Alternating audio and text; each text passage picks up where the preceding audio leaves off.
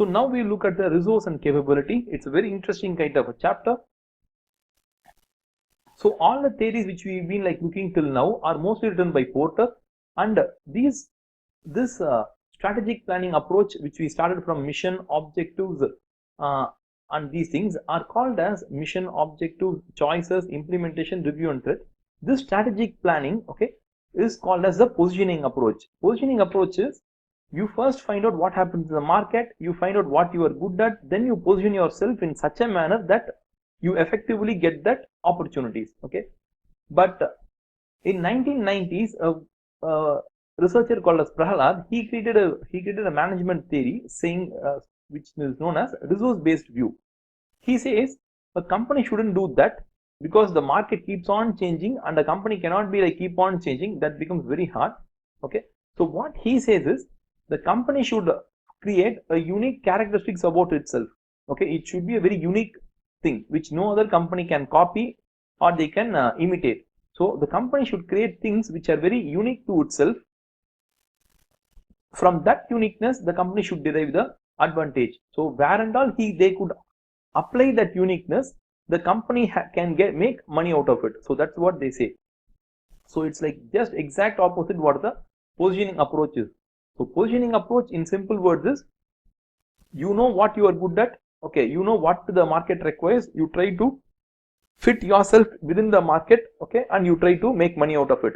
But in resource based view, you are not trying to change yourself according to what the market wants. Okay, you are firm, you are unique, you are very different. So what you do is, because based upon your uniqueness, you try to make money in any market, not only one market, in any market where you can sell that uniqueness. So that's what RBV is.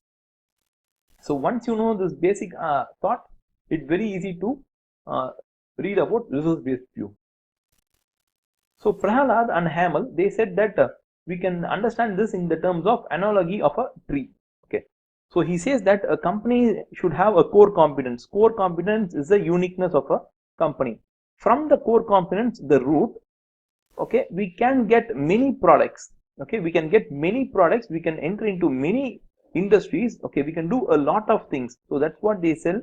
They tell the core competence is the most important of everything.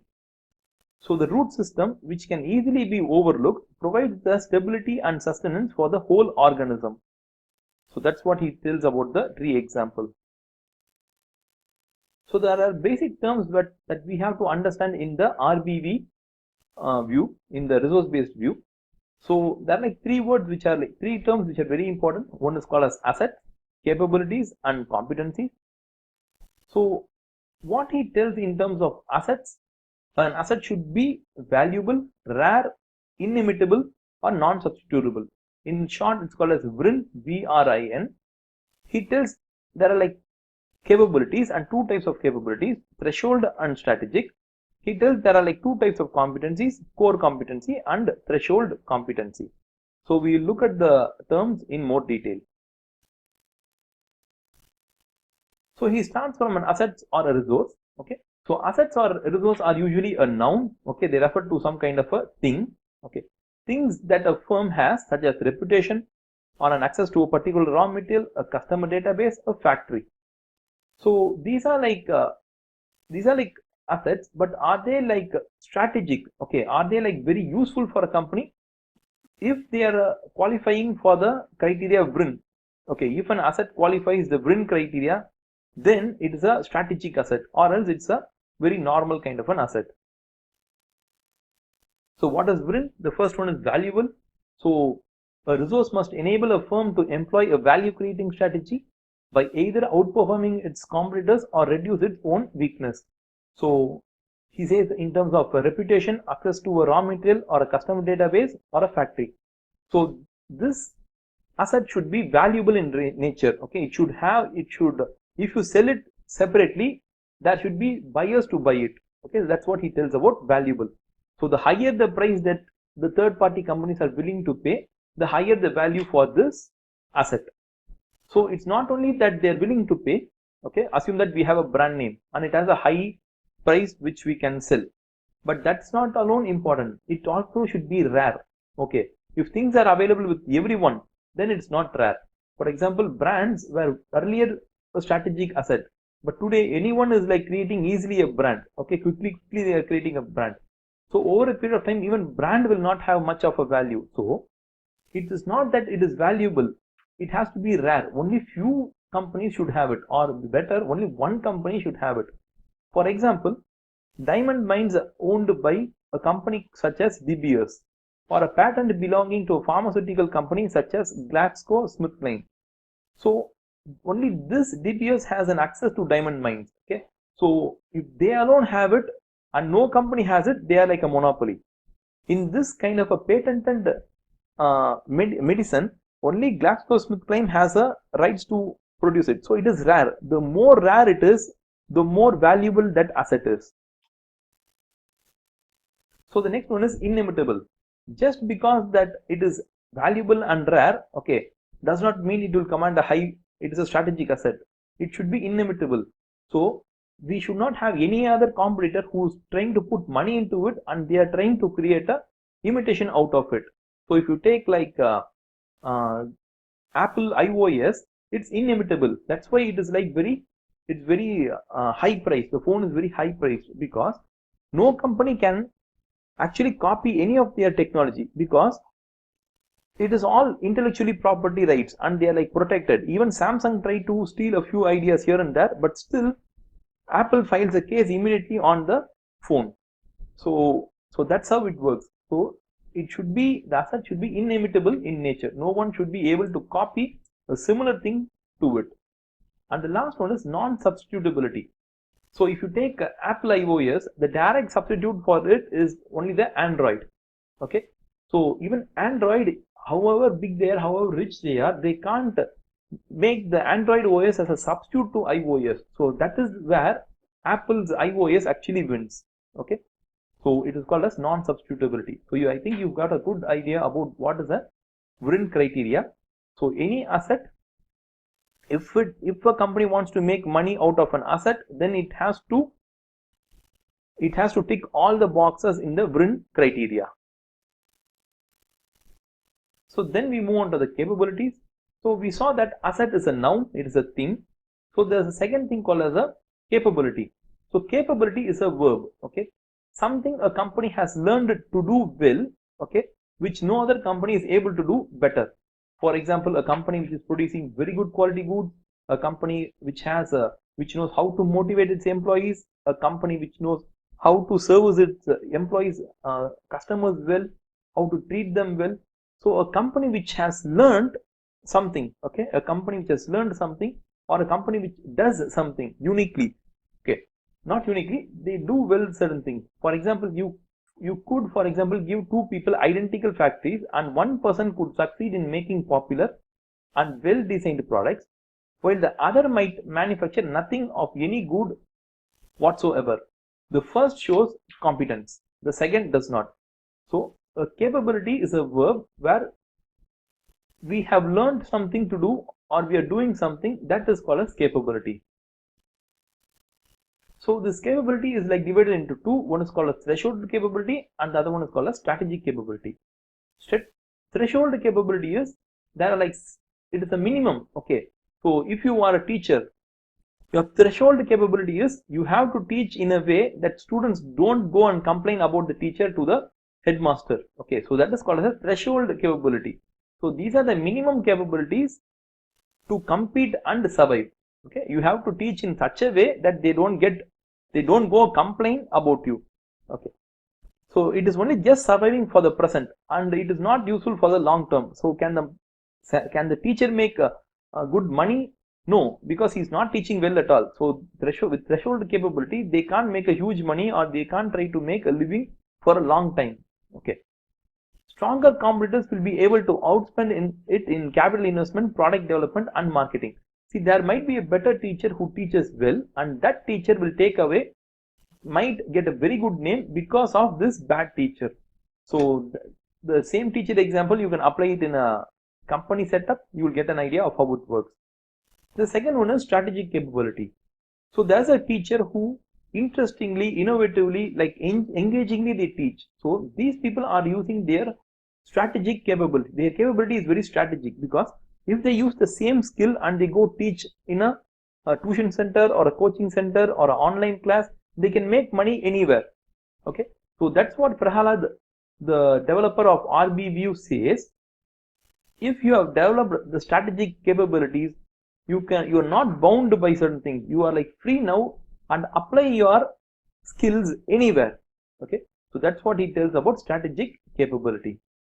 Competencies, a deeper seated version of capabilities. So what does it mean?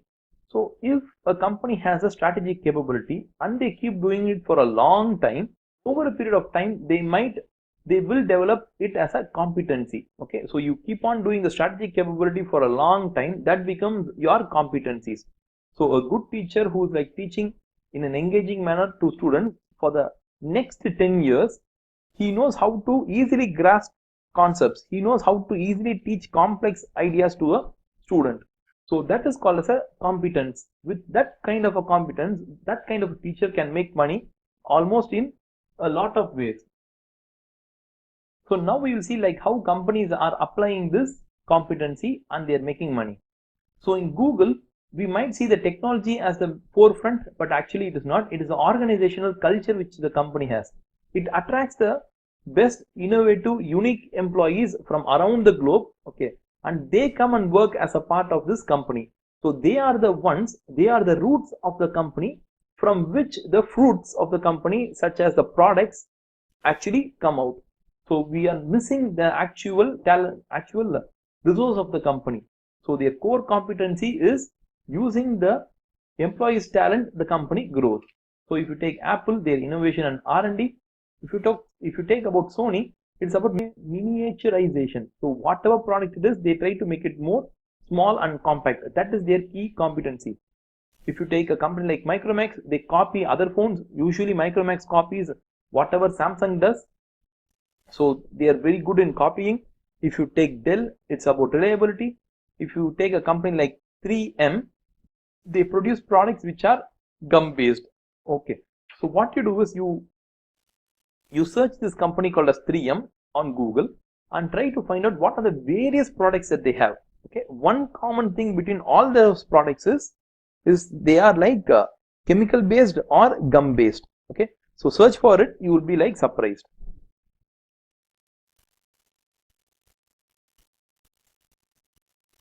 So you can go through this slide by yourself.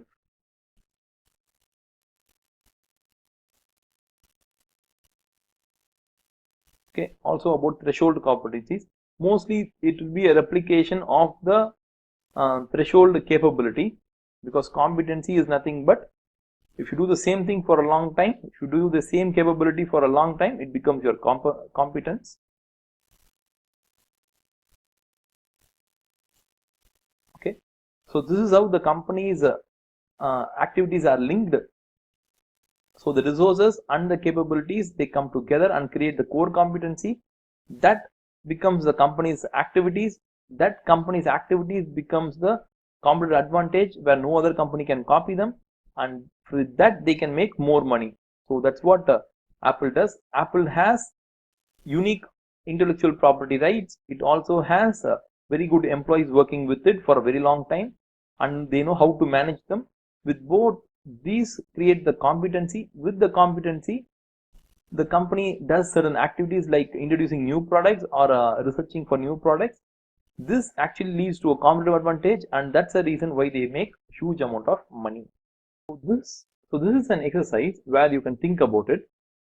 What is common among all these Canon products? Okay, so we have inkjet printers, flatbed scanners, laser printers, digital camera recorder, projector, all-in-one, lenses. There are like so many products which the company makes. So what are common between this? Can you write around some 3 things which are common among them? Pause this video and try it. So now we look at what are common among them. Okay, so these are the other products which the company makes. So what is common between them? These are the optics, the electronics, the miniaturization, the precision mechanics, and the color processing. So if you look at this, it might look like Yes, these are the common things, okay, which are so these are the common things among these things, but actually it is the other way around. Okay, what Canon has done is Canon has effectively found out that, so what Canon has done is they have first found out which technologies will be like surely there for the next some 50 years. So these are the technologies. Then they found out for what products can these technologies be applied. So this is what they have found. So it is not that these things are common among the products. Actually, the products which uses these common elements are the ones they actually produce. So it's the other way around. So you can read this about how Canon has positioned itself with this kind of a resource-based view idea. So thank you very much for watching this video. We'll meet in the next video. You can reach me at my website wowacademics.com, or you can also see my Quora answers. I am active in LinkedIn and in Facebook page. So you can visit at these places. If you just type Shyam Prasad and Wow Academics, you will get all these links in Google search itself. And if you like this video, give a like, share to your friends, and if you feel that any points we have missed in this video, you can post it. We will try to give an answer to you in the comment section itself, or we'll also create another video for you. So thank you for watching our video.